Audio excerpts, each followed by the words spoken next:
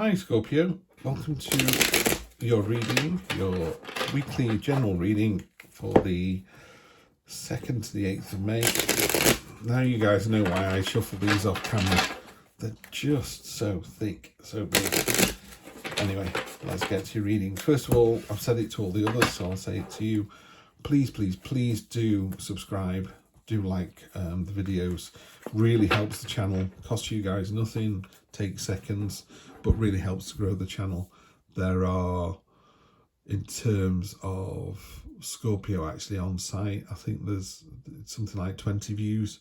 So out of the billions of people on YouTube, 20 beautiful, articulate, intelligent, gorgeous Scorpios are coming to this channel. I really appreciate all 20 of you. But if you could, subscribe, like, spread the word. It just pushes the videos out to a wider audience, and then we can all get on board. So although this is a general reading, it's just for you 20 lovely people. So let's get to it. Let's see what next week holds. Scorpio. Nice. Generational stability and wealth. So this means, your granddad was a nice man, your dad's a nice man, you're a nice man, your children are going to be a nice man, your grandma was a nice woman, your mum's a nice woman. It's about that sort of generational stability and security. Often means, it's obviously very high in sort of pentacle energy, so it could mean money. So the money situation is looking really good next week. There are very few people who could afford to buy an elephant, and there are very, very few people who could afford to buy the very rare white elephant. So it's talking about that scarcity. In a more traditional read, there's an old man in obviously a very wealthy sort of courtyard, and he's got his family with him and his dogs, and there's money everywhere, but it's more to do with that stability and security of something building over time. So if you're in a relationship, this is, we started off well, we've been together for 10 years, it's really, really good. We love each other as much now as we did then. It's that kind of rock solid, stability. Lovely card. Right. It looks more like a love reading with every one. I know we're only 2 cards in. The soulmate card, 2 peas in a pod, 2 angel fish. Pardon me. I always do this, so got my brew this time. So much better. In a relationship could mean the end of hostilities, so it could be a work situation. But these 2 angel fish are literally jumping into each other's universes. It's that real sharing each other's water. They're coming together. Beautiful card. Really nice relationship card. Okay, recent past, it's been a bit serious. Had the Tower last week. If it didn't happen last week, it's going to happen early on this week. The Tower is a real kind of cataclysmic, coming out left side, blindsiding you event. Something's going to happen that's like, wow. What level that is, some people can spill a cup of coffee and it can be the end of the world. Some people can lose the business and it'll be the end of the world. So it's somewhere between those 2 extremes. And it's just how you take it and how you deal with it, really. And one of the good things about tarot is we're able to steer a path and know what's coming. It's a bit like driving along and seeing those signs that you get in the UK, the black and white hazard signs going, there's a sharp corner coming up. You can choose to brake or not, but tarot is the black and white signs going, if I was you, I'd slow down. That's a great analogy. I think I need to use that more often. Near future King Knight of Swords, he was in Sagittarius reading just now. The brambles are trying to hold him back. Well, good luck with that. He's just cut through them with his sword. It's about candor, clarity, movement, enthusiasm, vigour, no nonsense, no chance, just straight in there. Real Scorpio energy, real Scorpio trait. I like that. This has come up as well. It's 3 or 4 times it's been in reading. 4 of Swords, one of the nicer sword cards. Just talking about a time of rest, rest, recuperate, respite, solace, getting away from it all, getting inside your head, having a think. It also confers a minor blessing. So that minor blessing could be, your business doing well, or your cup of coffee not spilling, So again, against the Tower, it's what would you consider to be a minor blessing? Some people would be, oh, there's a biscuit left in the tin. Oh, that's fabulous. Some people go, someone, my auntie's left me 200,000, you know, not biscuits, money, 200,000 biscuits. It's, you know, a minor blessing is what you see as a minor blessing, but there's a minor blessing coming in. I call this refugee card. This is the Six of Swords. And again, right down at the bottom there, I'm really hoping you see that tiny, tiny boats. And what starts off as looking quite fearsome is old rusty swords that don't really serve you. These are your burdens, you know. You're just carrying them around with you. They're big, they're unwieldy, they're blunt, they're useless. And you put them in your boat and you take them with you. So, you know, when you put your head on the pillow at the end of the night, you then worry about, you know, what you said when you were 7. It's like, well, you don't need to do that. It's done, it's over, move on. Been there, done that, you know. So that's what I would say there. Just move on from the past, move on from what doesn't serve you.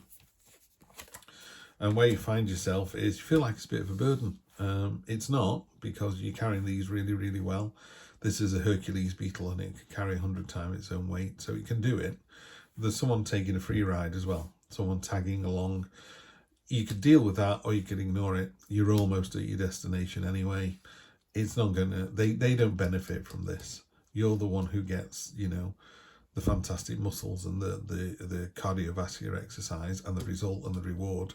They're just, you know, hanging on to your shirt tails. That's how someone wants to live their life. Scorpio, leave them to it. You know, you're better than that. You're more than capable of handling this burden at this time. Yeah, you are. So we've got the page. So we've got 2 pages here. We've got the Page of Cups. She's generating these angel fish from her subconscious and making a crown out of them. Innocence and purity of the rabbit, and she's feeding that. She's nurturing that.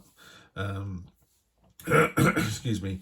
And it's a very caring, nurturing, innocent energy. It's just a lovely energy to have. It's about someone who's empathetic, you know, asking other people how they are rather than being selfish. And it's a very attractive energy because of that. Hopes and fears. Wow, this is good. Pardon me. King of Pentacles. So, antlers. Stamina and tenacity. I love the word tenacity. I mean, someone who is tenacious, you know, is a very Taurian energy, isn't it? Very Aries energy, that kind of punching through and not giving up. He is, you know, he's got quite a cool, calm demeanour. It's called the Entrepreneur card in some decks. He's got the hammer here, and that is because he's made his own wealth. You know, it's a masculine energy. You know, I'm talking about a man. So you've made your own wealth, you've made your own destiny.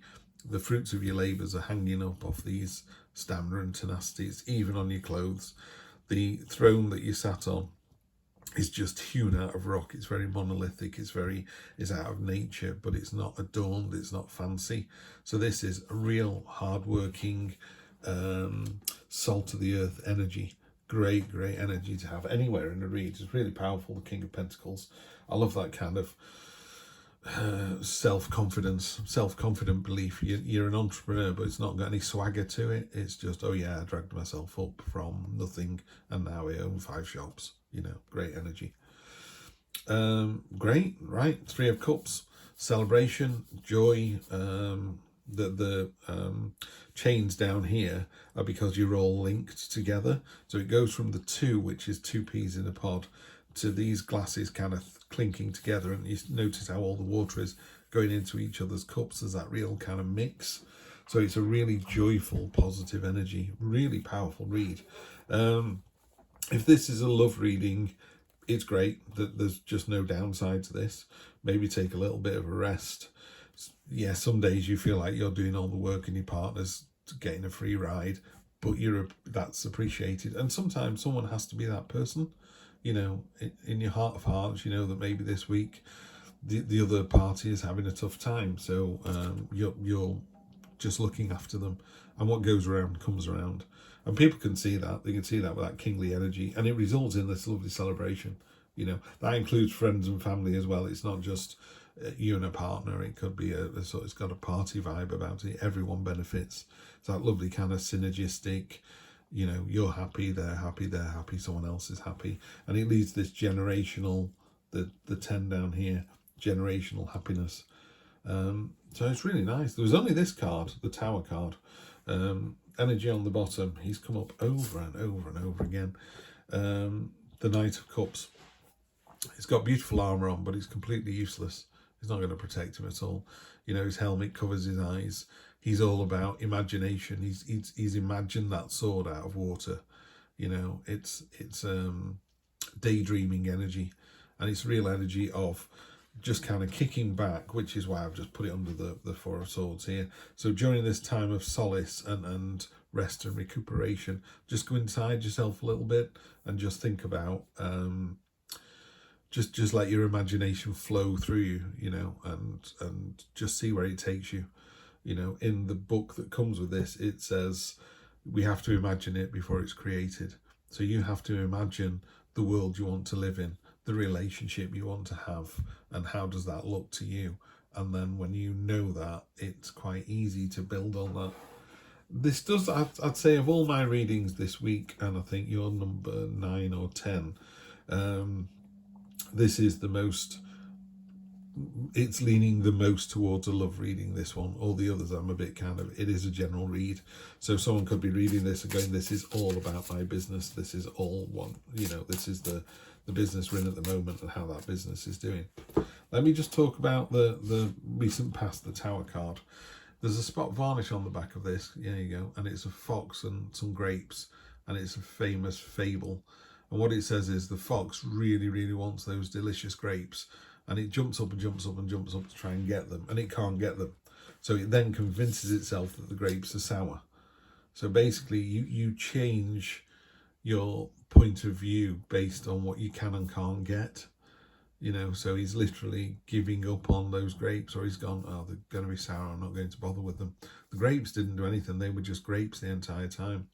So your imagination, I think, lets you kind of go into that. And I would say, why do you think this out? Why have you changed your mind? You know, just maybe think a little bit about